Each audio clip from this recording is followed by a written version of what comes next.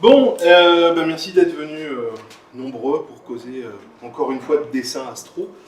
Alors j'ai un peu la pression parce qu'il y a quand même des maîtres du dessin dans la salle, donc vous allez voir, moi mon niveau est bien plus modeste que ça. C'est bon, ouais c'est bien comme ça, j'ai pas la pression.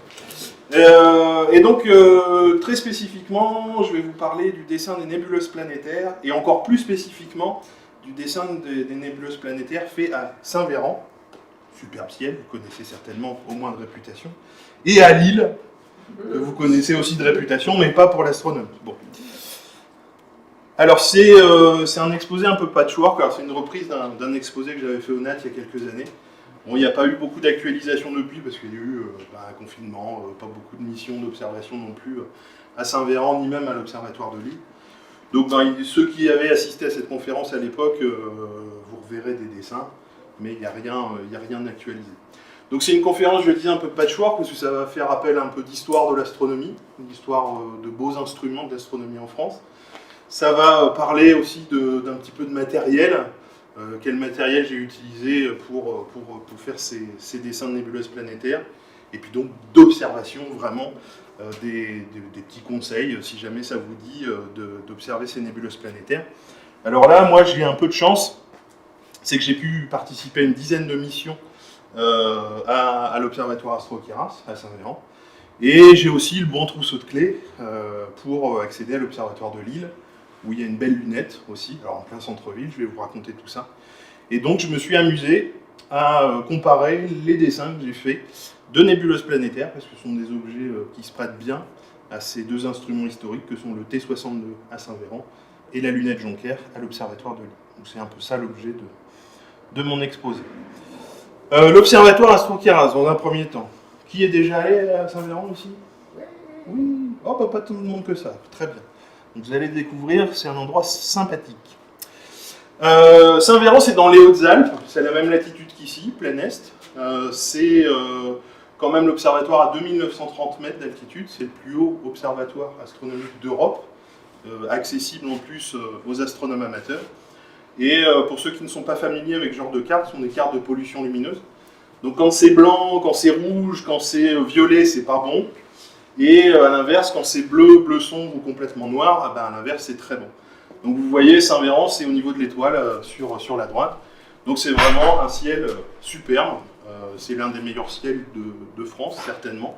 À 3000 mètres d'altitude en plus, donc pour l'astronomie, c'est vraiment un lieu idéal. Donc ça ressemble un petit peu à ça, Saint-Véran. Bon, évidemment, avec les lumières, la projection, c'est pas toujours parfait, mais vous voyez qu'il y a ce cône un peu blanchâtre là qui dépasse, ça c'est la lumière zodiacale. La lumière zodiacale, c'est quand même un phénomène difficile à voir maintenant. Il y a quelques générations, nos parents, nos grands-parents, mes grands-parents plutôt, voyaient encore dans la campagne, dans le Pas-de-Calais, la lumière zodiacale facilement. Aujourd'hui, c'est complètement impossible. Parce que dès qu'il y a un petit peu de lumière, c'est un phénomène qui disparaît complètement. Et ma connaissance, en tout cas de ma pratique de l'astronomie, la lumière zodiacale en France, je l'ai vue à Saint-Véran, je l'ai vue dans la Nièvre, une fois en Bretagne, et puis ici. Voilà. Donc c'est quand même signe que le site, en tout cas d'un point de vue astronomique et noirceur du ciel, est vraiment excellent. Alors l'observatoire de Saint-Véran, ça date des années 60, c'est semi-professionnel aujourd'hui. Il y avait une histoire d'astronomie professionnelle à l'époque, liée beaucoup à l'Observatoire de Paris. Nicolas pourrait nous en parler certainement mieux que moi. Il y avait des prospections qui avaient été faites pour ce site, pour installer le télescope de 3,60 m, qui aujourd'hui est installé à Hawaï, le CFHT. Au départ, c'était un projet franco-français, je crois que ça coûtait trop cher.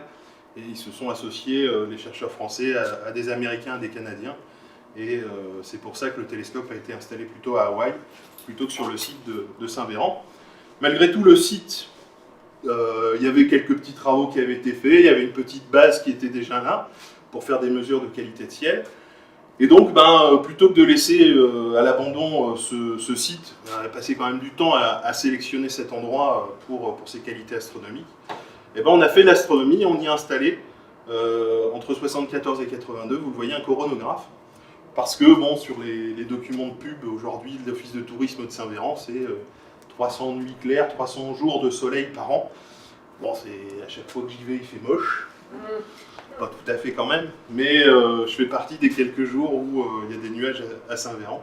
En tout cas, c'est vrai que le site et le ciel avaient été bien qualifiés pour faire de l'astronomie solaire, et c'est pour ça qu'on avait installé un coronographe. Bon, on a installé un coronographe, et sur la fin de période d'activité, vous voyez, on a commencé à déployer des missions spatiales d'observation du Soleil, des sondes spatiales d'études du Soleil. Et donc, ce coronographe, il commençait à devenir un peu obsolète, donc à nouveau, le site est abandonné. Et il faut attendre 1989 pour que se crée l'association Astro-Queyras, avec des gens du coin, avec des astronomes de l'Observatoire de Paris, et un petit peu plus tard des astronomes amateurs comme vous et moi, pour faire vivre cette association Astro-Queyras. Donc il y a un télescope, dont je parlerai juste après, qui a été installé à ce moment-là, au moment de la création de l'association Astro-Queyras. Et la vocation de l'endroit, de l'observatoire, c'était de faire venir des astronomes amateurs, semi-professionnels, un peu professionnels, pour mener des missions d'observation diverses, variées, sur ce site de grande qualité. Et puis, dernière date que vous voyez là dans le timing, c'est 2015, où il y a eu une grande rénovation. Alors, pour ceux qui ont connu l'ancienne station, bon, on a perdu un peu le charme des lieux, parce que maintenant, c'est grand confort, il y a des canapés, il y a des projecteurs vidéo, il y a un piano. Bon, c'est sympa, le ciel est toujours le même, hein, mais on perd le côté un petit peu rustique de l'observatoire. Voilà la rénovation de 2015, vous voyez, c'est très beau, hein, ça fait gîte moderne, gîte refuge d'altitude en tout cas. Et la partie historique, celle qui va nous intéresser pour le dessin des nébuleuses planétaires, c'est sur la droite, hein, c'est la coupole blanche. Et depuis 2015, il y a une troisième coupole qui a été installée dans le même bâtiment, avec des instruments ultramodernes, motorisés, etc. Qui ne m'intéressent pas, moi, pour l'observation visuelle en tout cas, mais sachez que ça existe. Alors, les conditions d'accès. Alors, il faut être membre de l'association Astro-Queyras, si vous voulez faire des missions. Des missions, généralement, c'est une semaine. Alors on dépose un projet, il y a un comité qui regarde un petit peu ce que vous voulez faire, et vous octroie ou pas la mission, généralement. Il y a toujours des arrangements, ça se passe bien. Alors ma dernière mission, moi, c'était 2019. Depuis, il y a eu le Covid, et puis il y a eu quelques petits changements d'organisation qui ne nous plaisent pas trop, nous, membres du GAC, donc certainement qu'on y retournera un jour, mais c'est un peu moins simple dans notre vision des choses qu'avant. Et le tarif du séjour, il a considérablement augmenté. Hein. C'est plus de 265, maintenant on dépasse les 300 €. Donc on rechigne un petit peu, on y retournera, mais voilà, peut-être pas tous les ans. Et sinon, si vous n'êtes pas astronome amateur, si vous ne faites pas partie d'une équipe, vous pouvez toujours faire une nuitée, vous êtes en vacances du côté de Saint-Véran, vous pouvez réserver des créneaux, alors ça coûte cher quand même, c'est 75 € pour la nuit, vous êtes guidé par un astronome amateur, un animateur, hein, très compétent d'ailleurs, souvent, qui vous montre le ciel, qui vous fait découvrir des choses, mais du coup, vous n'avez pas la main sur vos observations. Sauf si vous êtes courageux, que vous avez un petit groupe avant vous qui va se coucher tôt, là, si vous avez un peu de chance, mais bon, c'est super aléatoire. Donc la meilleure manière de profiter vraiment de l'Observatoire Astro-Queyras, c'est de déposer une mission. Si vous êtes tout seul, vous pouvez demander à vous greffer à des missions existantes, mais du coup, vous êtes un peu obligé de suivre les projets qui sont menés par les équipes. Alors nous, avec le GAC, c'était très simple. Notre projet, c'était le dessin des nébuleuses planétaires. Voilà. Il y en a qui faisaient de la science là-haut, et nous, notre parti pris, c'était d'annoncer clairement qu'on ne ferait pas de science, qu'on ferait du visuel, qu'on ferait vraiment beaucoup de visuel. Et on a remis un peu au goût du jour le dessin astronomique là-haut. Ça avait été fait quelques années avant nous par Serge et Manitou 78, peut-être d'autres équipes aussi. Et puis nous, on a enchaîné comme ça plusieurs missions sur l'observation des nébuleuses planétaires, des amas de galaxies, etc. Donc voilà, pour Saint-Véran. L'instrument qu'on a utilisé souvent, le plus souvent, forcément dédié à nos observations de nébuleuses planétaires, c'est celui-ci, ce qu'on appelle familièrement le T62, c'est un télescope Cassegrain 620, donc quand même pas mal, hein. Mais surtout ce qui est intéressant pour les nébuleuses planétaires, c'est sa focale, 9,20 m. Ce qui permet d'obtenir des grossissements importants assez facilement. Vous verrez tout à l'heure, je me suis amusé à calculer les grossissements qu'on obtient, c'est quand même assez dingue. les grossissements qu'on peut obtenir avec cet instrument-là. Et en fait, que ce soit avec le T62 et la lunette de Lille, ben, ce qui est important, c'est la longue focale, parce que les nébuleuses planétaires sont des objets souvent petits, de petites dimensions apparentes sur le ciel, et donc il faut grossir beaucoup, en tout cas pour la majorité. Il faut grossir beaucoup pour commencer à voir des choses. Alors ce T62, vous voyez, il date des années 50. Il a d'abord été installé dans le sud de l'Espagne, à l'OHP dans un premier temps, au sud de l'Espagne ensuite. Et c'est au moment de la création d'Astroqueras, de l'association Astroqueras, que le télescope a été installé dans la coupole que vous avez vue, la coupole blanche. Donc il a un peu plus de 60 ans, ce télescope, aujourd'hui. Passons à Lille. Alors Lille, vous voyez déjà l'environnement. On n'est pas en montagne. Il y a des grands immeubles autour. On est vraiment en plein centre-ville. Donc je reprends mes cartes de pollution lumineuse. Alors pour Saint-Véran, on était dans le noir en bas à droite. Là. Vous voyez, Lille, c'est tout en haut, dans la partie violette, presque blanche. Après la région parisienne, c'est certainement la pire région en termes de pollution lumineuse, le Nord-Pas-de-Calais, et surtout la région lilloise. Parce que là, on s'arrête à la frontière belge, mais c'est pareil de l'autre côté. Toute la Belgique, c'est un phare dans la nuit. Donc vraiment des conditions catastrophiques en termes de qualité de ciel. Et pourtant, on arrive à faire des choses. Donc voilà pour vous montrer où est exactement l'observatoire. Donc Lille Centre, là où il y a le petit icône de Google. Et puis l'observatoire, il est un petit peu au sud du centre-ville, mais en pleine banlieue aujourd'hui, à côté du périph'. C'est super. On entend en permanence quand on observe le bruit des passages des camions, des voitures sur l'autoroute qui est à 2 pas. Mais malgré tout, on arrive quand même à observer. Vous voyez le ciel bien orange. Hein. Là, hors de question de voir la lumière zodiacale. Je me suis déjà amusé à compter les étoiles à l'œil nu. Bon, ça monte à 40, 50 seulement. Alors qu'à Saint-Véran, à l'œil nu, c'est 2000, peut-être 3000. Là, je ne les ai pas comptés. Alors l'histoire, c'est plus ancien que l'observatoire Astroqueras. Ça remonte à 1909 en fait. En 1909, c'est un... Bon, je ne vais pas vous refaire toute l'histoire, on pourrait faire une conférence entière sur l'histoire de Robert Joncker. Bon, Robert Joncker, il est riche héritier dans une famille d'industriels du nord de la France. Son grand frère, pour sa majorité, a eu en cadeau un tour du monde. Donc à l'époque, un tour du monde, c'était quand même pas rien, encore aujourd'hui. Et lui, Robert Joncker, pour sa majorité, ce qu'il a demandé à ses parents, c'est un observatoire astronomique. Voilà. Et pas le petit observatoire, pas la petite cabane au fond du jardin avec le toit roulant comme on pourrait avoir, non. Un observatoire, vous voyez, le bâtiment, c'est le bâtiment complet, l'observatoire et une loge de concierge, des locaux d'habitation, etc. Donc Robert Joncker va faire construire une lunette, qui est toujours celle que l'on utilise aujourd'hui, dont je parlerai juste après, et s'intéresse beaucoup aux étoiles doubles.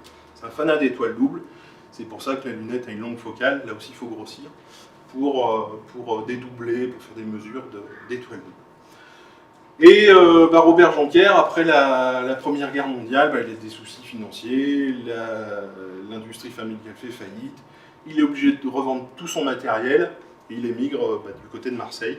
Il y a une petite histoire d'astronomie, il finit sa vie aussi à Marseille, il finit par devenir astronome professionnel, attaché à l'Observatoire de Marseille.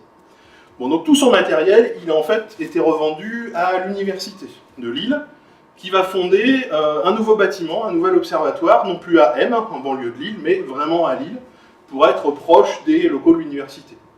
Alors déjà à l'époque, c'était assez dense Lille, donc c'est vraiment pas des conditions idéales, on s'est juste éloigné un petit peu, on a trouvé une petite butte, et on a décidé d'installer l'observatoire de Lille là, avec la lunette donc, de Robert Joncker. Et c'est les bâtiments qui existent encore aujourd'hui.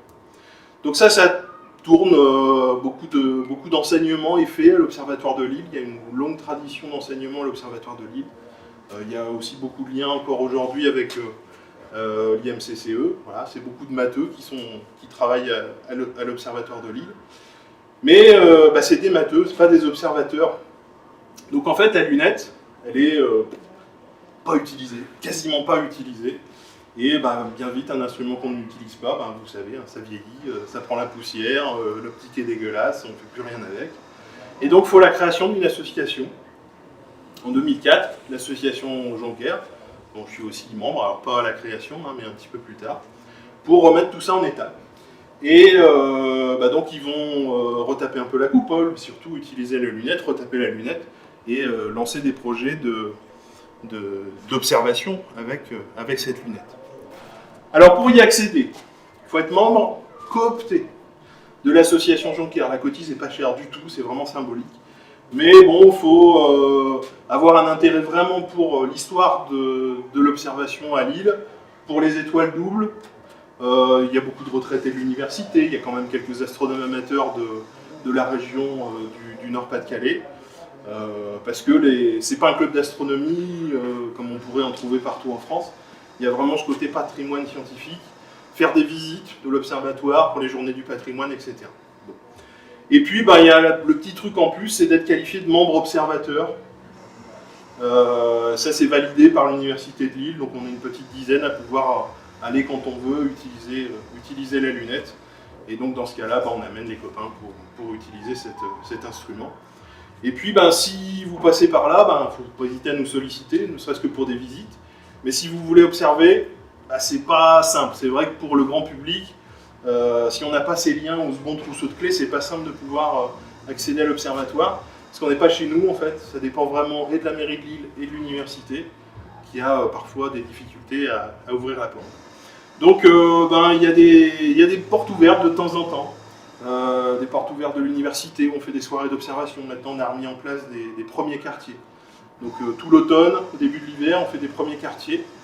C'est-à-dire que le vendredi soir le plus proche ou le samedi soir le plus proche du premier quartier de lune, les portes sont ouvertes, il y a des inscriptions, on prend des petits groupes, et puis on fait observer la lune au public.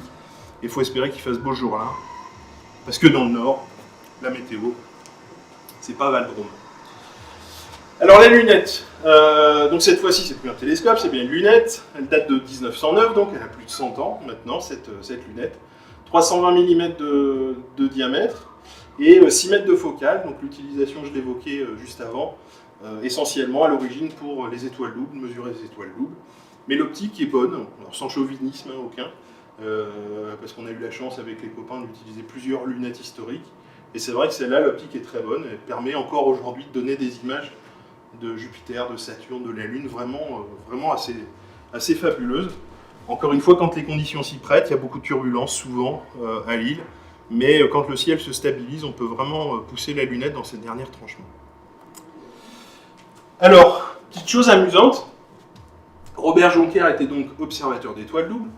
Il a publié un pavé monstrueux, infâme, de 3350 étoiles doubles. Et parmi ces étoiles doubles, il y a quelques objets un peu étranges. Il y a des novas, il y a 2-3 galaxies. Et puis il y a 3 nébuleuses planétaires. Donc ça c'est assez amusant. Il y a J320, alors J c'est le préfixe, vous savez, pour les catalogues. Donc le préfixe de Jonquière c'est J, donc J320 dans Orion, J475 dans l'Aigle et J900 dans les Gémeaux. Alors J475 on peut la voir très facilement en ce moment. Elle a un numéro NGC, 6741, quelque chose comme ça. Et c'est même une nébuleuse planétaire qui a été photographiée par Hubble. Alors je ne l'ai pas mise, mais vous tapez ça dans Google, il va vous sortir la superbe photo de Hubble. C'est assez rigolo qu'un objet découvert par Jonquière ait été photographié par un télescope spatial. Voilà. Bon, un petit mot sur les nébuleuses planétaires. Bon, vraiment très, très bref, parce qu'on pourrait faire encore une fois une conférence complète sur l'histoire de l'observation et un peu de science pointue sur les nébuleuses planétaires. Déjà le terme il est un peu paradoxal, nébuleuse planétaire, on pense que c'est une planète, en fait non. Bon, c'est historique encore une fois, comme beaucoup de fois en astronomie, il y a des termes un peu bizarres qui ne confirment pas vraiment la réalité. Les premiers observateurs, Messier, Herschel, vous voyez des petites choses rondes, on pensait que c'était des planètes, un petit peu comme Jupiter. Et donc on a gardé le nom. Voilà, c'était une planète un peu nébuleuse planétaire.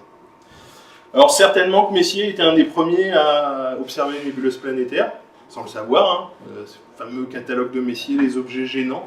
Lui, Messier, il voulait observer des comètes, il tombait sur un truc flou, il pensait que c'était une comète, mais de temps en temps il se rendait compte que le truc flou, il était jour après jour toujours au même endroit, alors qu'une comète est censée se déplacer. Et donc, Messier, il a commencé à faire un catalogue de ces objets qu'il gênait dans ses observations de comètes. C'est comme ça qu'est né le catalogue Messier, M1, M2, etc. Et donc là-dedans, dans ce catalogue de 110 objets, il y a quelques nébuleuses planétaires. M27, M57, M97, M76, quelques-unes. Et puis, donc le terme nébuleuse planétaire, William Herschel. En fait, la nébuleuse planétaire, c'est une phase de vie très brève dans la vie globale d'une étoile. Alors c'est réservé aux étoiles de faible masse, moyenne, un petit peu comme le Soleil. Et c'est après le stade de géante rouge. Vous connaissez peut-être certainement le circuit, le cheminement de vie d'une étoile. Après, à la fin de vie d'une étoile comme le Soleil, la phase de géante rouge, et puis derrière, il reste le petit cadavre stellaire, ce qu'on appelle la naine blanche, avec une coque, une corolle, une bulle de gaz autour. Et c'est ça qui forme la nébuleuse planétaire que l'on peut observer. Alors en fait, des nébuleuses planétaires, du coup, il n'y en a pas tant que ça dans le ciel. À travers le ciel, vous voyez, on connaît un petit peu plus de 2000 nébuleuses planétaires dans la Voie lactée, pour une population à peu près estimée à 200 milliards d'étoiles. Donc vous voyez, c'est vraiment pas beaucoup. Ça, c'est donc dû au fait que la phase de nébuleuse planétaire, elle est vraiment très courte dans la vie d'une étoile. Bon, voilà, c'est à peu près 10 000 ans pour l'observation.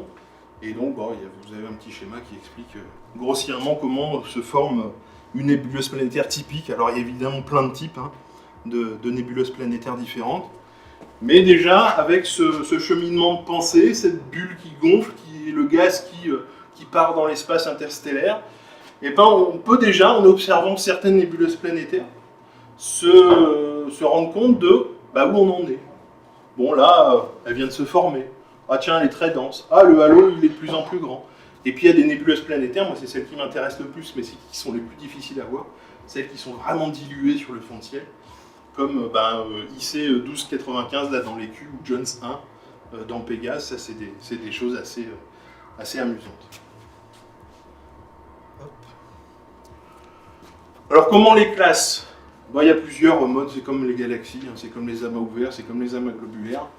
Il y a des astronomes qui historiquement se sont penchés sur la classification morphologique des nébuleuses planétaires.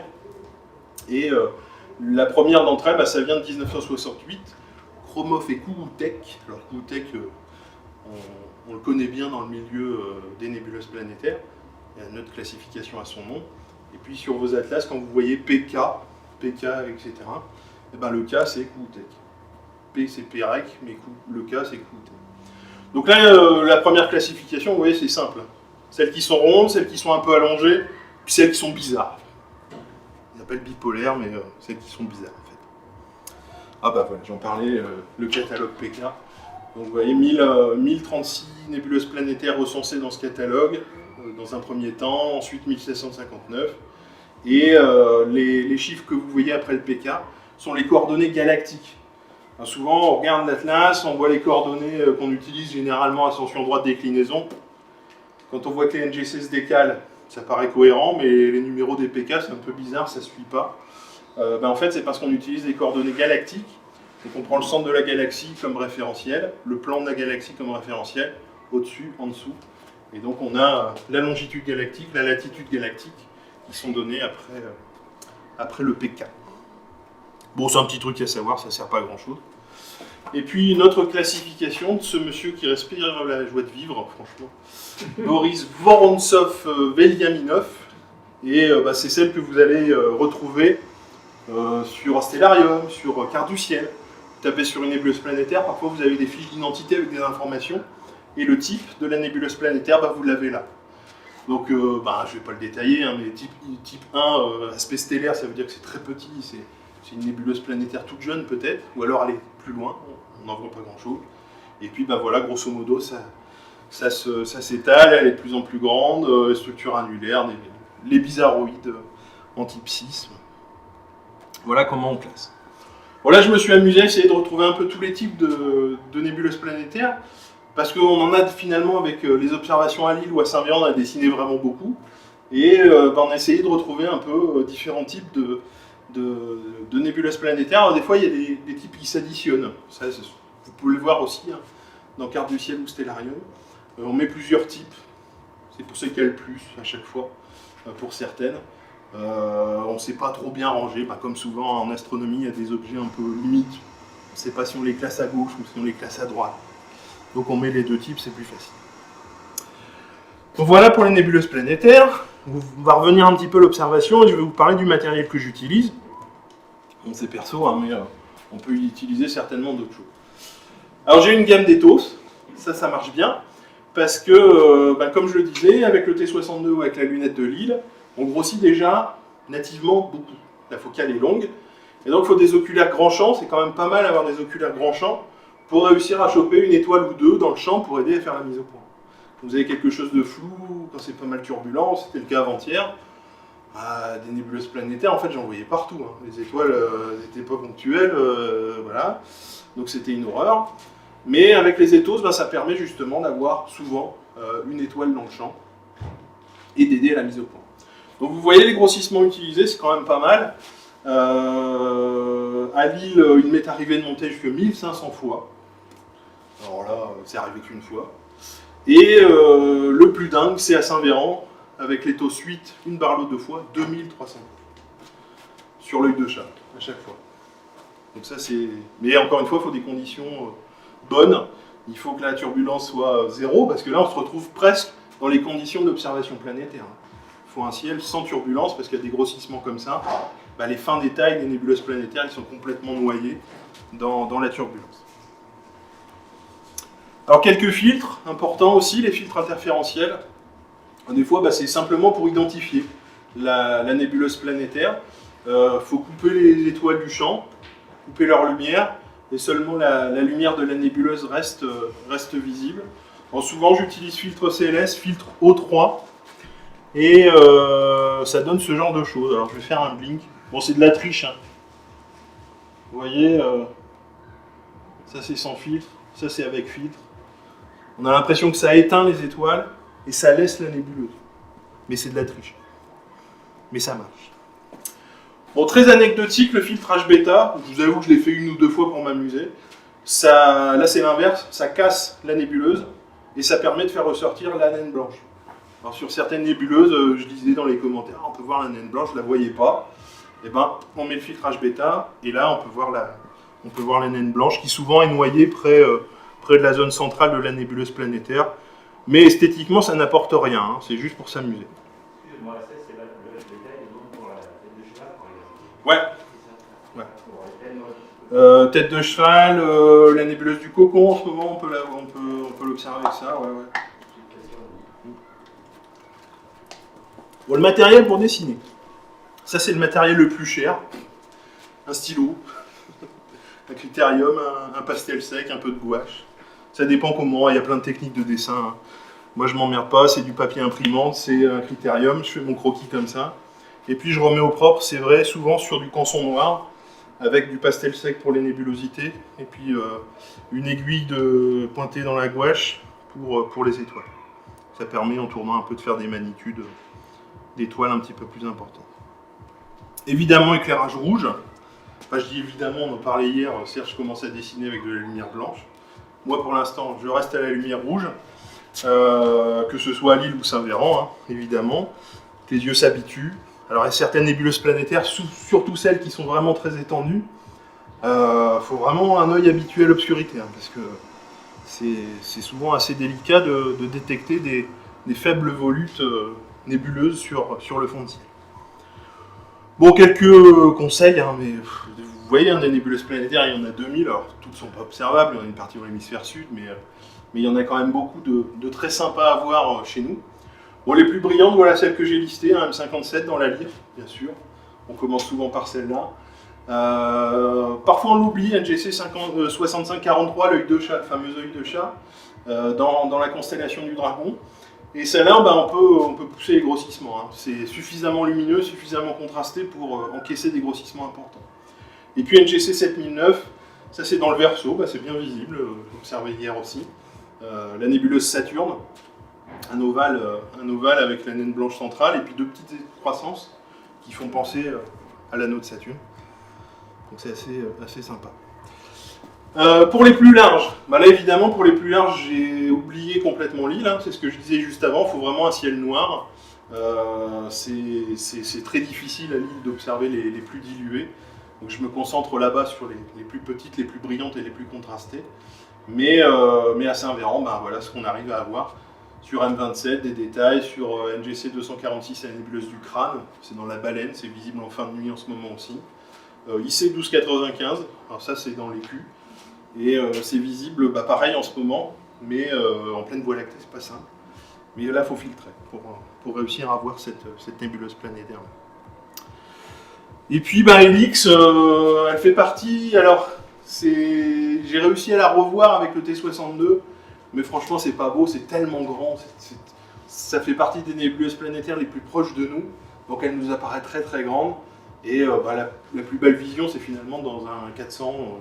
Normal, on va dire. Dans les instruments, l'île, c'est impossible de la voir. Et au T62, ben, on arrive à la voir, mais elle remplit le champ, c'est pas extraordinaire. Donc le dessin que vous voyez là, c'est fait avec un Dobson 400, et c'est pas fait avec le T62. Alors ce que j'ai appelé les exotiques, ben, c'est des catalogues un peu méconnus.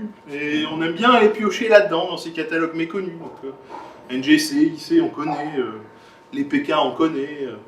Mais il y a des Humason, il y a Jones, il y a Pise. Alors Pise 1, ça c'est un grand souvenir.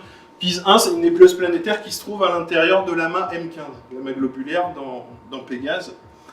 Et là, ben, le problème c'est que comment identifier Pise 1 parmi le fourmillement d'étoiles de l'amas globulaire? Et ben là, il n'y a que l'effet blink à faire, c'est-à-dire mettre un filtre, enlever le filtre, mettre un filtre, enlever le filtre. Et avoir au préalable une excellente carte de champ, limite une photo, pour essayer de retrouver des alignements d'étoiles en périphérie qui vous donnent la direction de la nébuleuse planétaire Pise 1. Donc au bout d'une heure et demie, ben, on y arrive. Et puis ben, maintenant, je suis capable de vous repérer la nébuleuse planétaire Pise 1, parce que je connais parfaitement le chemin. Voilà, c'est assez amusant. Bon, c'est très petit, hein, on ne voit pas de détails, mais elle est là. Donc des catalogues un peu méconnus qui renferment des nébuleuses planétaires. Alors pour les plus petites, alors à l'île elles sont visibles, on peut les repérer. Parce que souvent les plus petites bah, sont assez brillantes, hein, c'est ponctuel, donc on peut aller plus loin en magnitude. Mais les détaillées, ben là non. Donc c'est pour ça qu'à Saint-Véran, c'est quand même un avantage, il y a quand même 3 mètres de focale supplémentaires, en grossit plus. Et encore une fois on a un meilleur ciel, hein, toujours. Et on arrive à avoir des détails, par exemple vous voyez, Humason 1-2, 3 secondes d'arc seulement. Et pourtant, on arrive à avoir une forme un peu bizarre, une espèce d'altère, un mini M57, un mini M27. 4 secondes d'arc pour NGC 6803 dans l'Aigle. La plus petite, NGC 6790, 2 secondes d'arc. Bon là, c'est un truc un peu allongé, mais c'est vraiment tout petit, tout petit, tout petit. Alors les plus basses, ce que j'ai appelé les plus australes, bah, évidemment à Saint-Véran, c'est mieux aussi. Pas que pour la latitude, hein, aussi parce que sur l'île, il y a les halos de pollution lumineuse, parce que ben, c'est souvent humide par chez nous, c'est marécageux, enfin bon, il pleut souvent aussi. Et donc, ben, dès que vous tapez des choses qui sont sous les 30 degrés de l'horizon, ben, on perd en qualité de ciel et on a du mal à les voir. Alors à Saint-Véran, ben, vous pouvez observer au ras des montagnes, le ciel est encore top. Alors il faut juste faire gaffe au T62 quand il est à plat. Des fois, il merdouille un petit peu. Voilà, quelques-unes qui sont assez basses dans le Sagittaire, dans le Grand Chien, dans le Fourneau. Vous voyez les déclinaisons, là, moins 31, moins 20, moins 26. Donc ça, c'est quand même bas, hein, pour la France métropolitaine. C'est assez bas sur l'horizon. Alors sur les printanières, ce que j'ai appelé les printanières, bah, c'est celles qu'on peut voir au printemps ou à la fin de l'hiver au printemps. C'est vrai qu'à Saint-Véran, c'est difficile. Faut... Déjà, en hiver, il faut grimper. Hein. Quand on n'est pas skieur, qu'on ne sait que marcher en raquette, et qu'on n'est pas un grand sportif comme moi, on met à peu près 9 heures. Et ouais, bah, pas grand sportif. Et les copains, ils montaient. Puis ils m'attendaient, du coup, mais tant pis. Bah, souvent, les locaux disent qu'au printemps, le ciel est souvent moche à Saint-Véran. Donc il faut vraiment y aller au cœur de l'hiver, mais pas après. Quand on arrive fin février, début mars, bon, la météo commence à être moyenne. Par contre, à Lille, il commence à faire bon, hein, donc là, on peut y aller sur l'observatoire de Lille. On n'est jamais embêté avec la neige. Il y a guère quelques petits bouchons sur la 1, mais la neige, c'est quand même rare. Bon, voilà, puis pour terminer, je me suis amusé à comparer quelques nébuleuses qui ont été faites à la fois à Lille et à la fois à Saint-Véran. Donc à gauche, là, c'est Lille, à droite, c'est Saint-Véran. Bon, c'est un peu plus grossi à Saint-Véran, un peu plus de détails. Mais finalement, à Lille, encore une fois, rappelez-vous des conditions, hein, pollution lumineuse, instruments pluvieux, et ben on arrive, en poussant le grossissement, à se soustraire en quelque sorte à la pollution lumineuse. Le ciel redevient noir, on contraste la nébuleuse, et puis on arrive à voir des choses vraiment sympas en utilisant les filtres. Vous voyez, là, c'est quand même bien défini, c'est une image un peu cristalline, un peu moins empâtée qu'avec un télescope aussi. Bon là, évidemment, Dumbbell, c'est un peu plus fantomatique, encore que on arrive à voir les zones les plus brillantes, hein. les deux excroissances en haut en bas, et puis il y a un triangle un petit peu plus lumineux, pour ceux qui connaissent M27. Ben ça, on arrive à le voir à Lille sans aucun problème. Par contre, les zones là qui complètent le trognon de pomme, ben ça, à Lille, on a beau s'user la vue, j'ai jamais été capable de l'observer. Bon, il y a plus d'étoiles dans le champ aussi. Alors ben voilà, ça c'est M97, je vous jure que c'est là. Je vous jure qu'à Lille on l'a vu, mais c'est vraiment un fantôme, quoi. On voit pas, on voit rien, c'est en vision extrêmement décalée, une petite zone un peu plus lumineuse. Bien sûr on voit pas les deux yeux du hibou de la nébuleuse M97, mais c'était un défi assez amusant.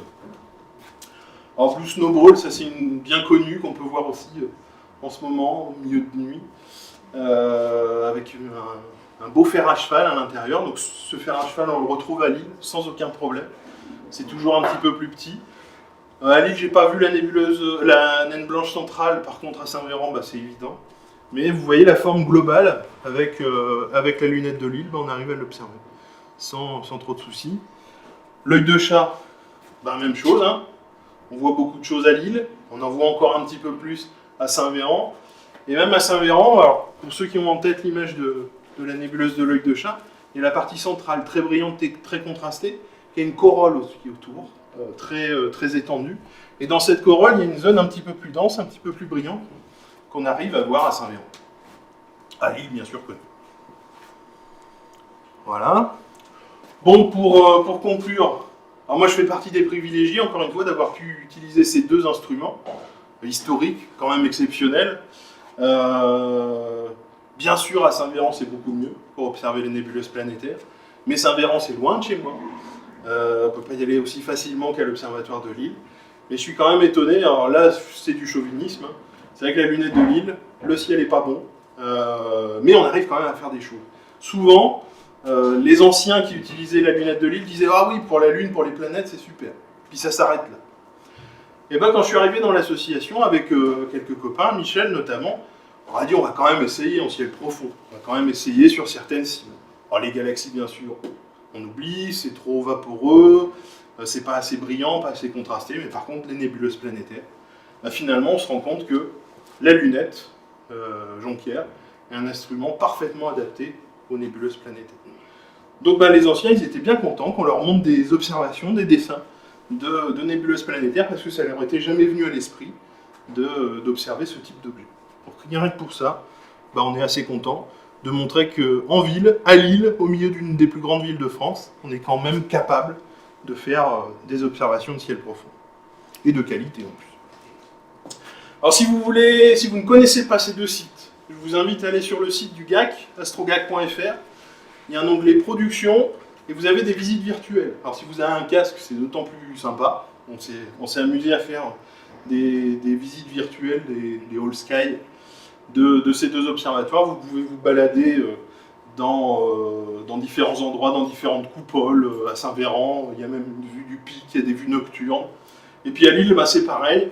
Il y a la coupole, bien sûr, avec la lunette, version jour, version nuit. Vous pouvez vous retrouver sur la terrasse pour voir la coupole de l'extérieur.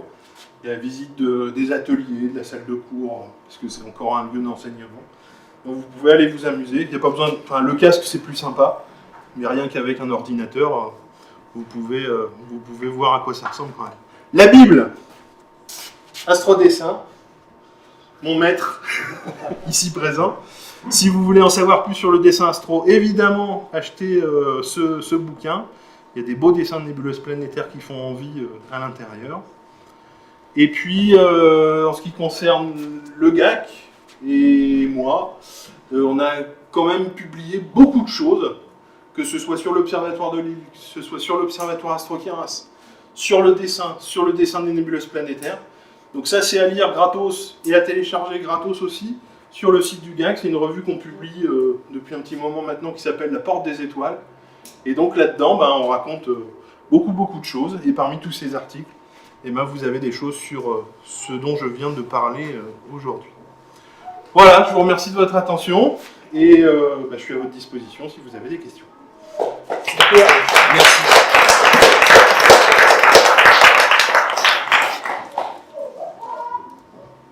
Ça va, j'ai pas dit trop de conneries? Ah bah c'était bien. Vas-y.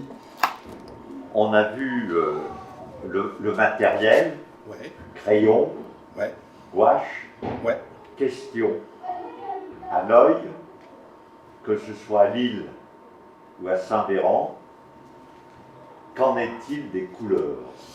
Alors, très peu. Sur certaines nébuleuses planétaires, on arrive à voir de la couleur. Sur certaines. couleurs. Alors, ça peut être du vert bleu, ça peut être du rose, mais il n'y en a pas beaucoup. Il y en a pas beaucoup. Alors, une fois, on s'est amusé à Lille, je ne l'ai pas mis là le dessin, à utiliser des filtres RVB d'astrophoto. Rouge, vert, bleu, faire un dessin rouge, faire un dessin vert, faire un dessin bleu, pour s'amuser, hein, et à combiner les couches. Et là, effectivement, on arrive à trouver, grosso modo, les couleurs d'une photo. Mais vraiment, c'est assez amusant. Mais on ne peut pas le faire sur tout à Lille, hein, parce que faut quand même suffisamment de lumière pour passer à travers les fils colorés en plus. Hein. Donc on l'a fait sur M57, je crois qu'on l'a fait sur Blue Snowball aussi, qui apparaît effectivement bien bleu. Mais à travers les filtres, on a des couleurs, on voit des choses différentes à travers les filtres colorés. Mais en direct, ouais, à Lille, des couleurs, ça me dit rien. Après, à Saint-Véran, oui, c'est facile. À Saint-Véran, c'est facile. Ici, avec un 400, c'est facile de voir des couleurs sur certaines nébuleuses planétaires. Il y en a une dans le Sagittaire, là, je ne sais plus son nom. Elle apparaît bien rose. Après, il y en a plein qui apparaissent vert-bleu, souvent. Donc, c'est possible. C'est pas facile. C'est les objets quand même les plus les objets ciel profond les plus saturés en couleur. Ouais. Parce que sur les trucs un peu diffus. Quand il y aura le ciel, allez voir dans les gros machins, la faites pointer la Saturne, tout ça, c'est coloré. la chou. Hein. Ouais. Comment monte-t-on à l'Observatoire Saint-Véran? Alors, si on est sportif, à pied. Donc, alors le village de Saint-Véran est situé à 2900 mètres. 2000 mètres. L'observatoire est situé à 2900 mètres, donc il y a 900 mètres de dénivelé. Si vous y allez à pied, c'est tout droit. Il y a 3 km, mais il y a 900 mètres de dénivelé. Alors l'été, ça se fait bien, c'est sympa, la balade est sympa. Moi, je l'ai fait en descendant. C'est plus physique qu'un montant, presque. Mais c'est possible. Par contre, quand on fait des missions complètes, on est là-haut pendant une semaine. Donc il faut la logistique, pas que le matériel, il faut la bouffe, les fringues. Donc il y a une piste. Il y a une piste de 11 km. Alors il faut des voitures hautes, il ne faut pas forcément des gros 4x4. Mais avec une voiture suffisamment élevée, on arrive à passer les ornières, les trous. Il y a 2 endroits un peu sportifs, mais on y arrive à monter. Alors il faut vraiment que la piste soit bonne, sèche, parce que quand il y a de la neige fondue, quand il y a de la gadoue, on s'est déjà fait quelques frayeurs. Il y a des voitures qui sont restées déjà là-haut sur la piste, qui ont passé l'hiver là-haut. Dans l'histoire, c'est arrivé. Mais voilà, il y a cet accès possible-là. Après l'hiver, en plus c'est un parc naturel, donc on n'a pas le droit d'y aller en motoneige, on ne peut pas se faire embarquer par un hélicoptère. Non, on a déjà demandé pour le fun, voir si on pouvait le faire. Refusé.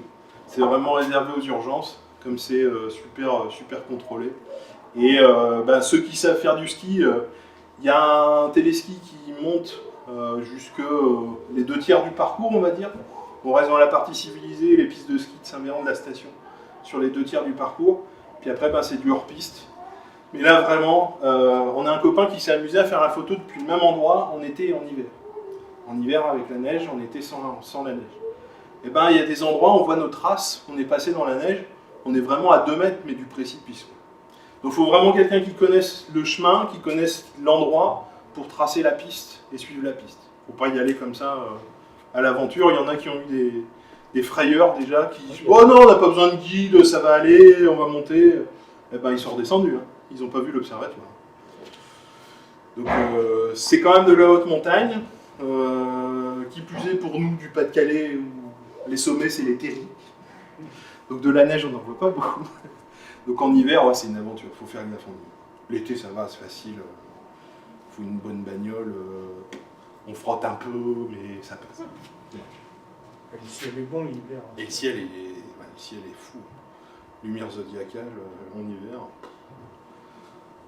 Ouais, vraiment très beau ciel. D'autres questions? C'est tout bon? Eh ben, merci encore une fois de votre attention. Merci Simon.